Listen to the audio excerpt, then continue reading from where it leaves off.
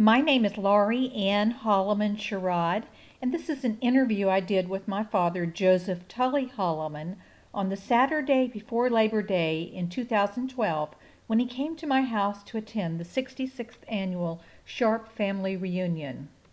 Tell me how you ended up taking the job in Rome. We were living in Chattanooga when I got called back into the Navy during the start of the Korean War, and they ordered me down to an ammunition depot in Shoemaker, Arkansas. Nobody knew where it was. We finally figured out at Camden, Arkansas, so we packed up everything and moved down there. After arriving there, it turned out that the commanding officer was an old friend, Captain Harnley, and the executive officer was an old friend. I think he was the executive officer. No, he was the ordnance officer, was an old friend, Bill McKinney. And I worked there. We stayed there for 2 years, during which time I had a dozen different jobs, including being in charge of 262 houses, being in charge of the Navy Officers Club, being in charge of the telephone system. I was the communication officer. I had all kinds of jobs. And when the Korean War was over, by that time, Commander McKinney had been transferred to Washington, and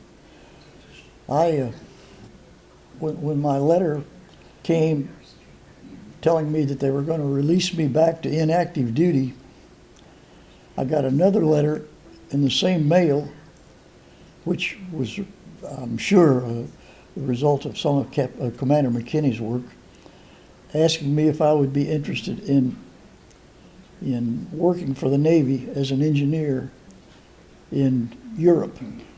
And when I received the letter asking me if I would be interested in going to Europe, they also told me that if I was interested, they would send me a set of orders to come to Washington so that they could describe what it was all about. I said, okay.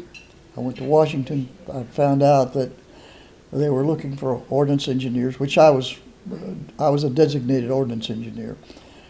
They were looking for ordnance engineers to administer contracts which the U.S. Navy had with various contractors all over Europe to manufacture ammunition for NATO. And I accepted the proposition. They gave me a set of orders to go to London, which is where the home office for all of the contracting operations was located. And when I got to London, where I stayed for about 3 weeks, we were indoctrinated, and they had 4 sites available that had not been filled. One in Rome, one in Paris, one in Brussels, and one in Oslo. We drew straws. There were 4 of us. We drew straws to see who got the first choice.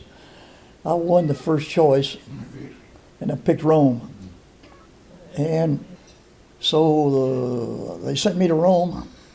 I went down there and discovered that technically I was going to be on the staff of Clare Boothe Luce.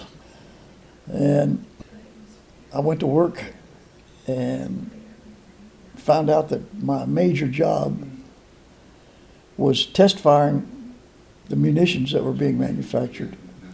And consequently, the testing was done at Anzio, which was a famous place that was involved in World War II. I've probably fired more ammunition from Anzio than anybody did during World War II. So how far from Rome was Anzio? Anzio was about maybe 30, 40 miles from Rome. We went down there about 2 or 3 days a week and test fired the lots of ammunition that were manufactured. And if the test firing was successful, then we shipped that lot of ammunition to whatever country it was destined for. A great number of the lots of ammunition that we were manufacturing at the beginning were going to, believe it or not, Yugoslavia. So as soon as everything got settled down and I found a place to live, an apartment, the Navy shipped you and Sarah and your mama to Rome. Y'all flew from Patuxent River, Maryland to Newfoundland, from Newfoundland to the Azores, from the Azores to French Morocco, and French Morocco to Naples. So how old were we then? 4 and 2 or something? Yeah, something like that. So you had an apartment initially? And I had an apartment initially at Via Poggio Nativo in Rome. And then after you all came over, I didn't like that location for the children. So I rented a little villa, which was owned by a widow of a person who had worked for our State Department, who had owned it. And I rented that villa, and that was at Via Gennargentu 2 in Rome. And that's where we lived until we left and came back to the States. And that was the address when Peggy was born. And the children that you played with, the Italian children that you played with, mostly lived right across the street. And you all played together in Italian, speaking Italian. And when you all spoke English, they tried to speak English, but they never learned. I can remember losing my tooth out playing with them. Yeah. My first tooth. And you started school there in Rome. And Sarah started the kindergarten right up the street in a Catholic kindergarten. I went to Catholic kindergarten too. You went to the same kindergarten before you went to school. And she went to that kindergarten later. Because I remember we got kicked out for wearing fingernail polish. Sarah almost got kicked out for correcting the Suarez on how they were speaking English. But she could talk to them in either language quite fluently. You said we took a trip through Europe on the train? Yeah. What countries did we go to? Well, there are pictures. Those pictures show. We went from Italy to Austria, to Germany, to Belgium, to Luxembourg, to Holland, and then back to Germany, and back to Italy. I don't think we went through France, but I'm not sure. If so, I don't remember it. And then we took a cruise on a cargo ship, and we left Naples on that cargo ship, and went from Naples to Tripoli, Libya, in North Africa, and from there to Athens, Greece, and from there to Istanbul, Turkey, and then back to Naples, where we got off the ship. And that total cruise, the passage was free of charge. The only thing we had to pay for was food. Why was the passage free of charge? It was a Navy ship, and I was working for the Navy. And they had to go anyhow, so they had a stateroom up on the main deck, and they let us stay on there and go.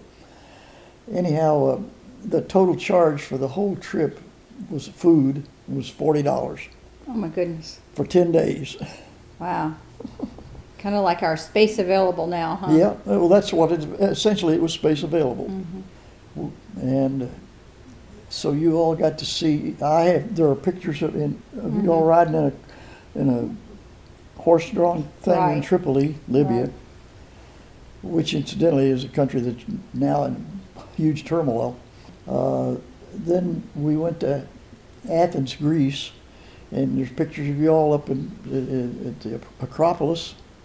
And then we went to Istanbul, Turkey, and there are pictures which probably aren't well identified, but they were taken going into or coming out of mosques in Turkey. The only thing I remember about them is that they were always full of people praying, and you had to take your shoes off before you could go in. You had to leave your shoes at the door. there was, one of the mosques was the Blue Mosque. The other one was Saint Sophia or something like that we went to. That's the best I recollect. All right. Stuff. Well, thank you.